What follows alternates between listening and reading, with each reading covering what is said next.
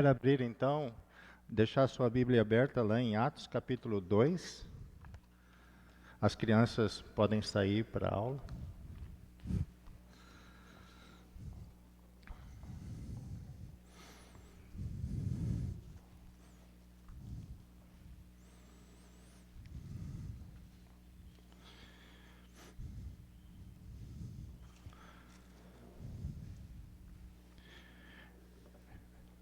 Nós estamos numa série de sermões sobre um tema que é sobre a questão de serviço na igreja, de ser um servo na igreja. E temos tido ótimas lições sobre esse assunto. E o tema que foi escolhido para que eu falasse é esse que está ali, que você está vendo o título ali. Servir na igreja significa acreditar na causa de Cristo. E eu fiquei pensando, né, qual seria a causa de Cristo? Eu acho que se eu perguntar para você, você teria pelo menos uma ideia para contribuir com o que seria a causa de Cristo, que na verdade é a causa da igreja, que na verdade é a sua causa e a minha causa, né? É aquilo pelo qual nós vivemos. E dentre várias passagens que me veio à mente, eu escolhi uma. Eu escolhi uma que acho que dá uma boa definição da causa de Cristo, que é a igreja. Então, eu vou ler o texto aí rapidinho. Diz lá em Atos 2, 41 a 47. Então, os que aceitaram a palavra de Pedro foram batizados, havendo um acréscimo naquele dia de quase 3.000 pessoas. E perseveravam na doutrina dos apóstolos e na comunhão, no partir do pão e nas orações. E em cada alma havia temor. E muitos prodígios e sinais eram feitos por intermédio dos apóstolos. Todos os que criam estavam juntos e tinham tudo em comum. Vendiam as suas propriedades e bens, distribuindo o produto entre todos à medida que alguém tinha necessidade. Diariamente perseveravam unânimes no templo. Partiam pão de casa em casa e tomavam as suas refeições com alegria e singeleza de coração, louvando a Deus e contando com a simpatia de todo o povo. Enquanto isso, o Senhor lhes acrescentava dia a dia os que iam sendo salvos. Amém. Então,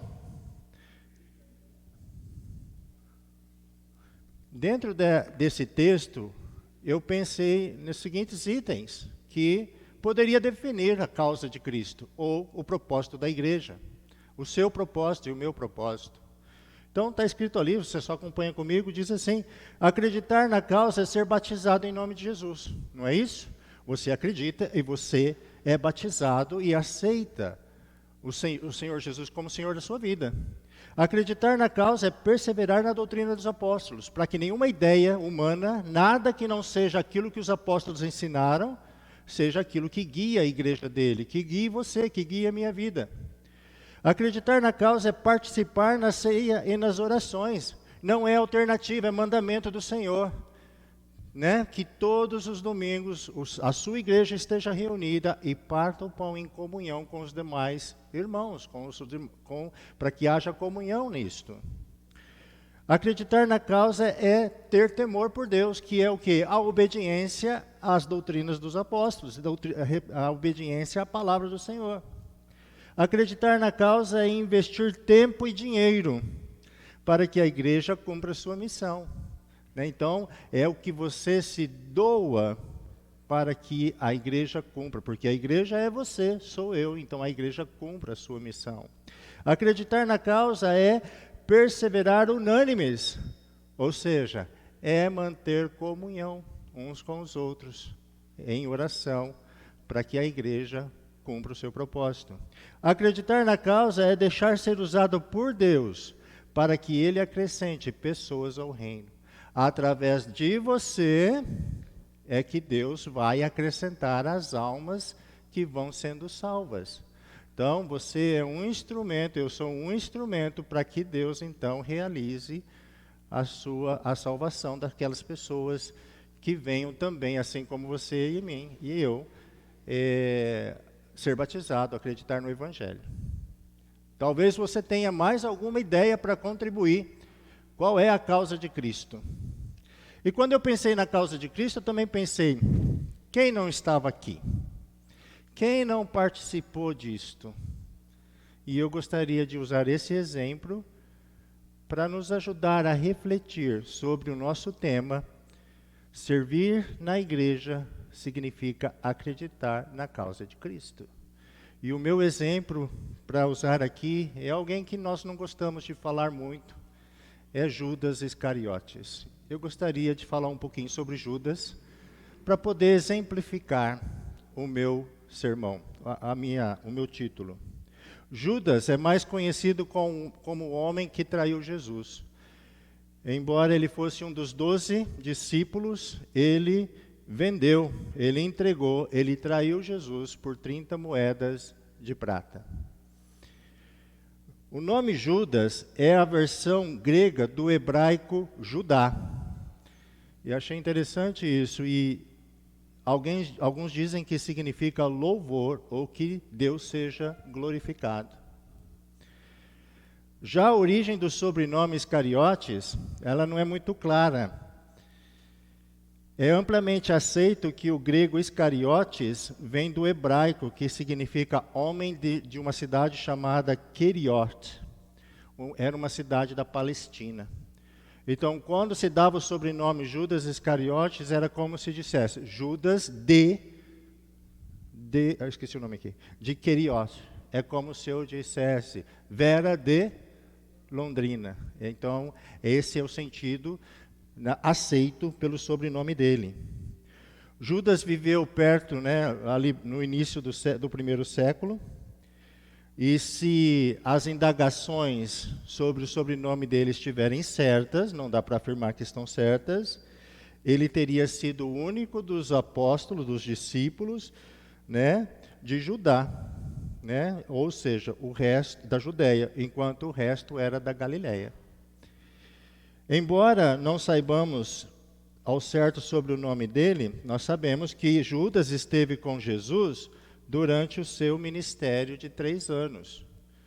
Judas foi um dos 12 discípulos e, consequentemente, se ele foi escolhido para estar entre os 12, nós concluímos que ele tinha uma certa proximidade com Jesus. Embora não exista nenhum texto bíblico que diz como e quando e de que maneira ele foi chamado por Jesus para segui-lo, nós encontramos textos sobre isso, sobre Felipe, sobre Natanael, sobre Pedro, Mas sobre Judas a gente não tem nenhuma informação. Mas sabemos que ele fazia parte dos 12. Se você ler lá em Marcos 3,19, lá diz o nome dos 12 e Judas está lá entre os 12. Também nós não sabemos exatamente, qual era, ou não tem muitas informações nos evangelhos sobre esse relacionamento dele com Jesus. Nós encontramos muitos relatos de Jesus com Pedro, com Tiago, com João, mas sobre Judas a gente não tem. Mas sabemos que ele tinha uma função no grupo. Nós lemos, acho que foi semana passada ou retrasada, no nosso texto lá de João, no estudo de casa, que ele era o financeiro do grupo, ele era o tesoureiro, ele carregava a bolsa de dinheiro. Judas era um seguidor e pregador do Evangelho, acredite ou não, mas ele tinha a mente dividida. No final, ele abandonou a fé, e nós sabemos o que ele fez, porque ele desistiu de Jesus. Judas teve comprometimento com Jesus. E não havia nenhuma razão para a gente não acreditar nisso, porque se ele era sincero ou não na sua fé no início. Não dá para a gente duvidar disso. Porque assim como os outros discípulos, ele deixou tudo para seguir Jesus. Você lembra Mateus 4:20? Se você não lembra, está aí. Eu pus aí já os 2 textos. Então, lembra quando ele chamou os outros discípulos, não é Judas, os outros discípulos, ele falou assim, e eles deixaram imediatamente as redes e o seguiram. Não estou falando de Judas aqui, tá? Mas era uma característica dos discípulos que entendiam quando Jesus chamava. Quando Jesus convocava os discípulos para segui-lo, era uma característica deles abandonarem imediatamente tudo aquilo que eles estavam fazendo para seguir Jesus. Acreditamos então que com Judas não foi diferente. Porque ele também teve que abandonar a vida dele para estar entre o grupo dos 12. Correto? Em Lucas 9, 1 e 2, que está ali também, diz assim, tendo Jesus convocado os 12, deu-lhes poder e autoridade sobre todos os demônios, e para efetuarem curas. Também os enviou a pregar o reino de Deus e curar os enfermos. Judas estava entre esses que recebeu esse dom. Judas recebeu dons espirituais e ele tinha poder, foi dado a ele poder para ser pregador do evangelho. Ele levou a mensagem do reino, porque ele estava com os 12. E ele recebeu o dom de curar, e ele tinha autoridade sobre o diabo. Judas andou com Jesus por 3 anos, e ele viu de perto, pessoalmente, como o nosso irmão Cido colocou aqui, o melhor exemplo a ser seguido. Você não pode ter exemplo maior de fé do que de Jesus. E um ambiente melhor para a formação da fé. E Judas esteve dentro desse contexto. Ele testemunhou os milagres diretamente. Quando Jesus alimentou 5.000, lembra? Judas estava lá. Judas era aquele que pegava o pão do cesto e ia distribuindo. E pegava um, mais um aqui, né? Teve mais um, dava outro. Então ele viu aqueles pães e peixes se multiplicando. Ele foi testemunha ocular disto. Judas viu quando Jesus acalmou a tempestade, quando aquele barco estava sendo, no meio da tempestade, Judas estava lá e ele viu Jesus tendo poder sobre o vento, sobre a tempestade. Ele estava lá quando Jesus ressuscitou Lázaro. Ele viu, que Lázaro foi trazido dentre os mortos. E você não pode realmente ter evidências melhores de fé do que Judas teve. Judas ouviu todos os ensinamentos de Jesus. Ele ouviu o Sermão do Monte na frente dele. Ele sabia que existia um caminho estreito que levava ao céu e sabia também que havia um caminho largo que levava à destruição. Ele ouviu os avisos de Jesus, deu aos fariseus. Ele sabia então que havia um inferno para ser evitado e um céu para ser ganho. Ele ouviu a parábola do filho pródigo. E ele sabia que Deus estava pronto para dar boas-vindas. Quando alguém se lambuza no pecado e volta arrependido, ele sabia que Deus aceitaria de volta.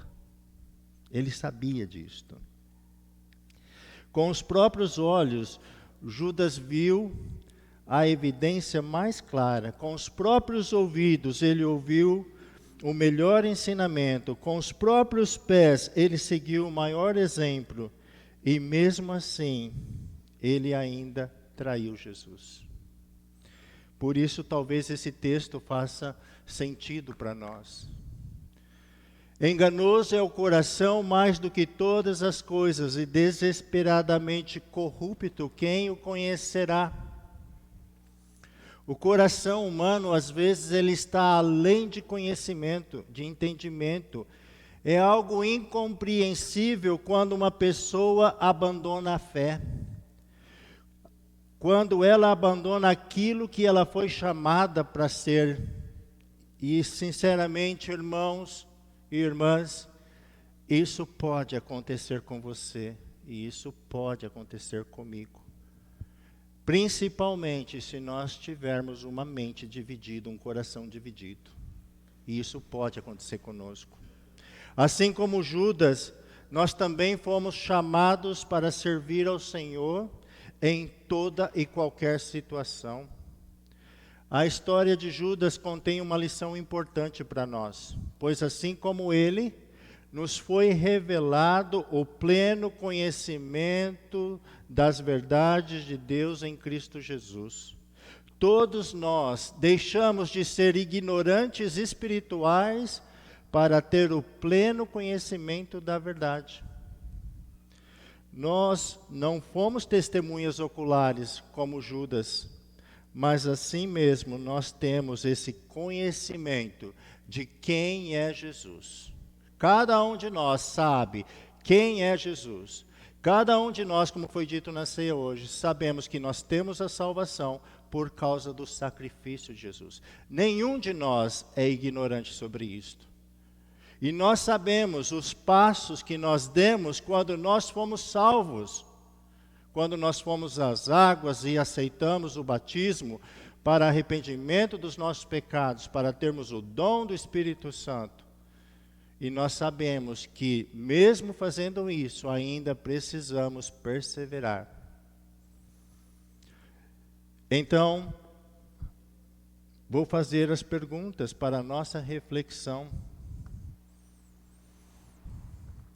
O que significa, então, para um discípulo seguir Jesus? O que significa para um discípulo servir Jesus? O que significa para um discípulo se envolver no trabalho, na obra da igreja?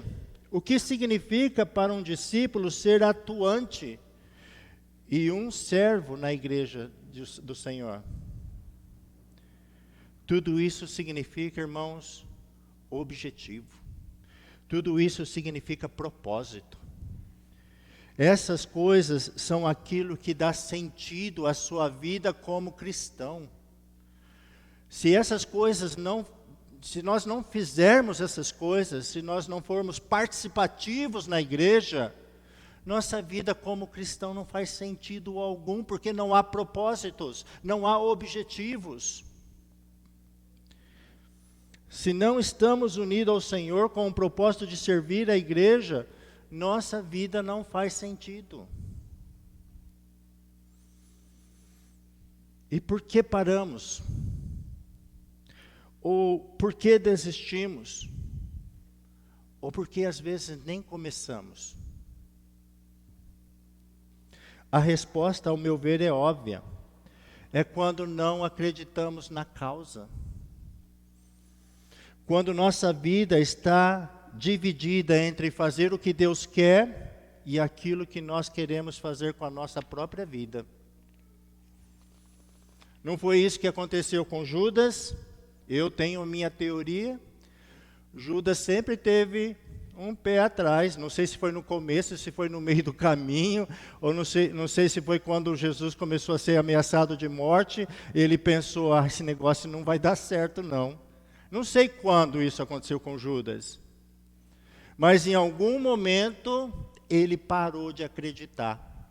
Em algum momento ele deixou de acreditar em Jesus.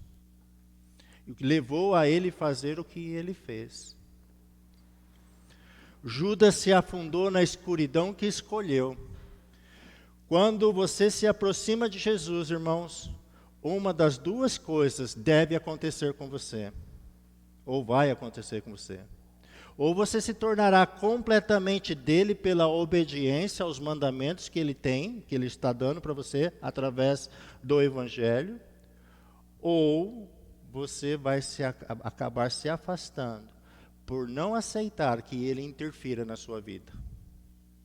Quantas vezes nós já falamos, não é o Senhor que se adapta à minha agenda.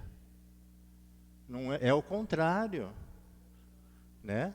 Nossa agenda toda é dele. Então temos que lembrar que Deus não nos quer pela metade. Não foi isso que nos foi ensinado? Ele nos quer totalmente, em qualquer situação, seja onde e com quem você estiver. E a minha próxima pergunta para a nossa reflexão é: o que Deus espera de mim nessa congregação? Acredito que o desejo de Deus para esta congregação é que todos que já conheceram Jesus Cristo como Salvador e Senhor, cresça nas qualidades de caráter e habilidades que os tornarão eficazes ao servir ao Senhor. Ele quer que você cresça em conhecimento. Ele quer que você cresça nos seus dons. E que tudo isso seja usado para um único propósito: servir na igreja. Não é para servir o Ocimar, não é para servir ninguém, é para eu e você servirmos ao nosso Deus, servir a Jesus. A igreja será e continuará saudável à medida que cada um de nós caminhe perto de Cristo e o sirva como membro do seu corpo. Lembra daquele exemplo que eu dei aqui na coleta? Vou retomá-lo. O meu corpo, ele desenvolve as suas funções desde que cada parte do meu corpo trabalhe normalmente. Às vezes, alguns sabem que eu tenho uma dor aqui na perna, às vezes ela dói mais do que um dia dói mais do outro. Quando essa dor vem aqui, eu não consigo andar direito, né? Então quer dizer que com um problema que eu tenho aqui, alguma coisa é alterada, vai forçar o lado direito. É a perna direita que vai ter que trabalhar mais. Então, quando no corpo apenas algumas partes do meu corpo trabalham corretamente, a outra é sobrecarregada. E o fato da outra ser sobrecarregada no corpo quer dizer que o meu corpo não vai ter a função toda que ele deveria ter. Na igreja não é diferente. Se alguém de nós não está envolvido no trabalho da igreja, o corpo que é a igreja não vai cumprir o seu papel, porque todos são importantes e todos foram chamados para servir ao Senhor. E se um de nós decide não fazer isto, ele não só está afetando a sua vida, como ele está afetando o trabalho da igreja, o corpo da igreja. Incrível, né? Às vezes a gente não faz essa relação. Às vezes a gente não faz essas conexões. Acha que aquele que é o dedinho não tem a sua importância, e tem a importância no corpo. O duro é quando ele também não acredita que tem importância. E aí, né? Aí o corpo todo é afetado. Não existe um dom espiritual de aquecedor de banco. Não existe um dom espiritual de plateia na igreja. Isso significa, então, que o corpo só cumprirá o seu propósito quando cada um individualmente estiver funcionando adequadamente, dentro daquilo que Deus chamou você para ser, aonde Deus colocou você para servir, aonde você tem o seu papel como servo. Eu não sei ainda. Então vamos orar, vamos buscar conselhos, vamos ver o que eu posso fazer. Há muita coisa que pode ser feita e deve ser feito. O problema se torna um problema sério quando algumas partes deste corpo não estão funcionando. Eles não estão servindo ao Senhor. Eles ouvem sobre oportunidades de servir e não respondem. As Escrituras deixam claro que todo cristão deve ser um servo, pois só assim vamos impactar os outros espiritualmente. As Escrituras ordenam, não eu. João 12, 26. Se alguém me serve, siga-me, onde eu estou, ali estará também o meu servo. E se alguém o servir, o Pai o honrará. Marcos 10, 45 diz: pois o próprio Filho do Homem não veio para ser servido, mas para servir e dar a sua vida em resgate por muitos. Deuteronômio 10, 12, 13. Agora, pois, ó Israel, que é que o Senhor requer de ti? Não é que temas o Senhor teu Deus e em todos os teus caminhos, e o ames e sirvas ao Senhor teu Deus de todo o teu coração e de toda a tua alma, para guardares o mandamento do Senhor e os seus estatutos, hoje te ordeno para o teu bem, que hoje te ordeno para o teu bem. Mateus 20, 26 a 28, diz assim: não é assim entre vós, pelo contrário, quem quiser tornar-se grande entre vós será o que vos sirva, e quem quiser ser o primeiro entre vós será vosso servo, tal como o Filho do Homem, que não veio para ser servido, mas para servir e dar a sua vida em resgate por muitos. Romanos 15, 14. E certo estou, meus irmãos, sim, eu mesmo, a vosso respeito, de que estáis possuídos de bondade, cheios de todo conhecimento, aptos para vos admoestar uns aos outros. Gálatas 6, 2. Levai as cargas uns dos outros, e assim cumprireis a lei de Cristo. E 2 Timóteo 2, 2. E o que da minha parte ouvistes, através de muitas testemunhas, isso mesmo, transmite a homens fiéis e também idôneos para servir os outros. São mandamentos de propósitos e objetivos de um servo, que não é aplicado a alguns discípulos, não é para alguns cristãos, isso é para todos, isso é para a igreja. Ser servo, servir o irmão, estar em comunhão, para que o Pai te honre, ser idôneo para receber a mensagem e levar a mensagem a outros. Ele deseja que você seja parte atuante do corpo, como seu servo. Cristo não salvou você para ser um cristão isolado, mas para se relacionar com os outros membros do corpo e ajudá-los a crescer espiritualmente. E aqui estão as minhas últimas perguntas para fechar a ideia. Você está fazendo isso? Onde você está envolvido? Com quem você está envolvido? Na vida de quem você está tendo impacto espiritual?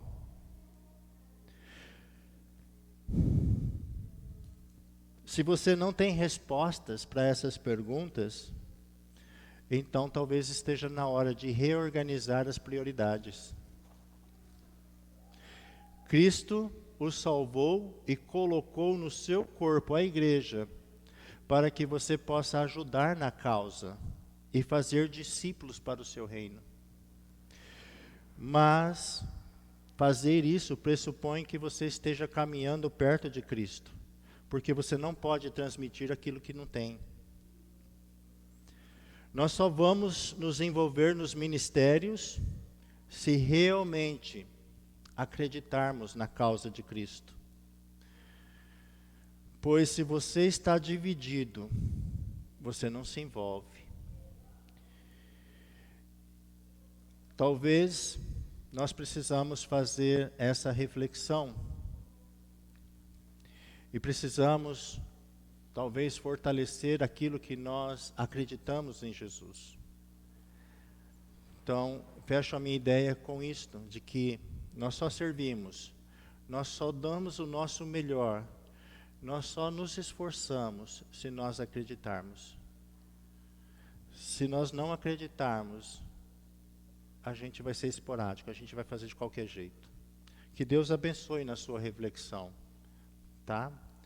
E você possa entender que você é parte importante do corpo e que o seu trabalho, a sua dedicação, o seu envolvimento é primordial para que a igreja cumpra o seu propósito. Eu oro ao Senhor para que cada um de nós ainda acredite na causa de Cristo. Amém? Vamos orar então?